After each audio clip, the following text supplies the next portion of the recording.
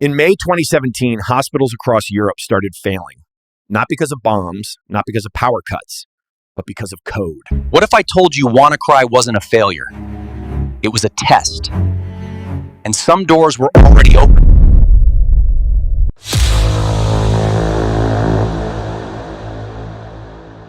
This didn't start as an attack. It started as a decision, and the world wasn't ready. Not for how fast it would spread, and not for what it would expose. Within hours, the same failure appeared again. First in the United Kingdom, then Spain, Germany, Russia. Hospitals were hit first, not by accident.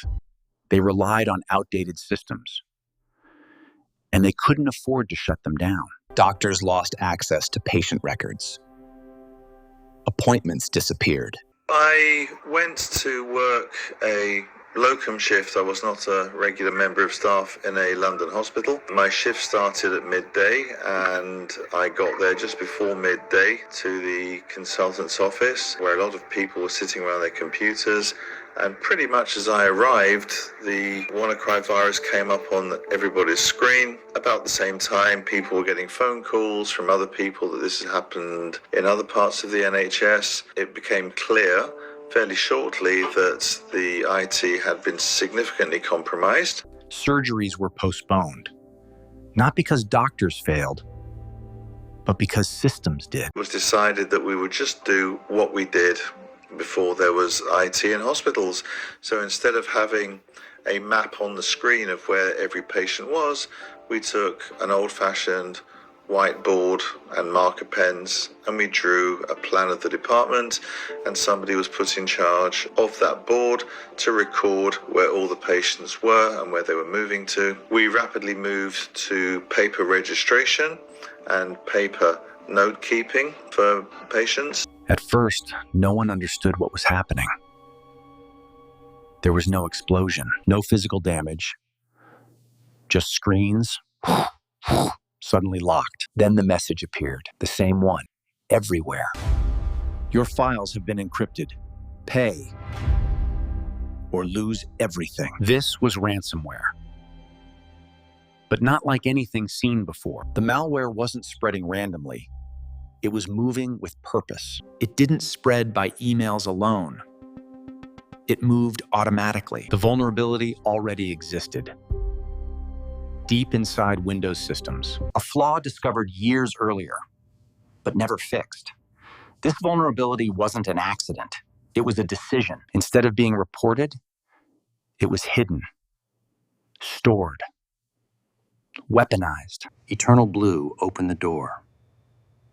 Double Pulsar stayed inside. Because fixing it meant losing it.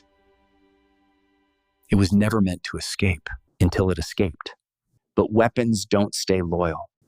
And when it did, it didn't choose targets. It infected governments, corporations, hospitals, anything connected. The attack wasn't anonymous. It was labeled fast. What the FBI built wasn't proof. It was a narrative.